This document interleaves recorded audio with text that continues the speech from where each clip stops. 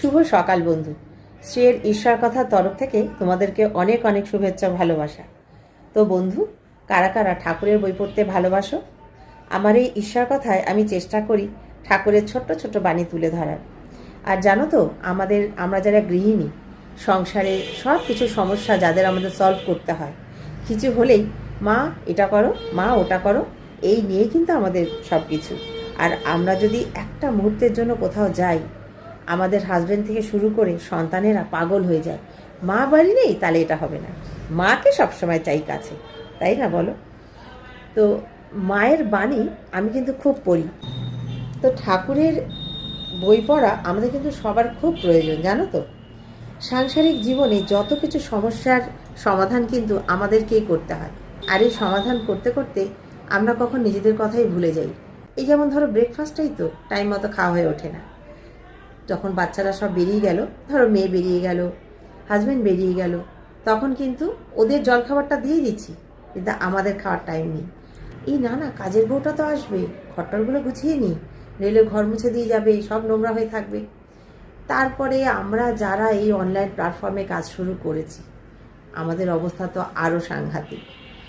সময় কোথায়, সংসারের কাজ, আর আমি তো বলবো আমার আরও সাংঘাতিক অবস্থা। কেন বলো তো?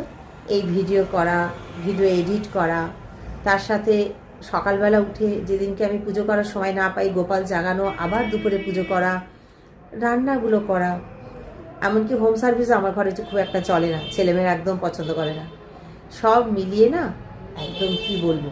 আর দুটো চ্যানেল, এই ঈশ্বর কথা আর শ্রীয়ের সংসার, এই দুটো চ্যানেল, এই সব নিয়ে একদম নাকানিচোবানি অবস্থা। কিন্তু তবুও না, এই নাকানিচোবানি অবস্থাটাই আমার ভালো লাগে। একটা কিছু নিয়ে থাকা, কিছু নিয়ে আমাদের থাকতেই হবে। কারণ সংসার মানেই তো ক্যাচক্যাচানি, ঝামেলা, চিন্তা। ভাল লাগে সবসময় সব চিন্তা ভাবনা করতে? একদম ভাল লাগে না। যখন এই ফোনটা ধরে বিভিন্ন বন্ধুর পরিবারে যাই, তাদের রিলসগুলো দেখি, তারা কি কি রান্না করছে দেখি, বেশ ভালো লাগে। আর কত আইডিয়া পাই বলো। মানে ধরো, আমাদের সবার তো রান্নার ধরন একরকম না।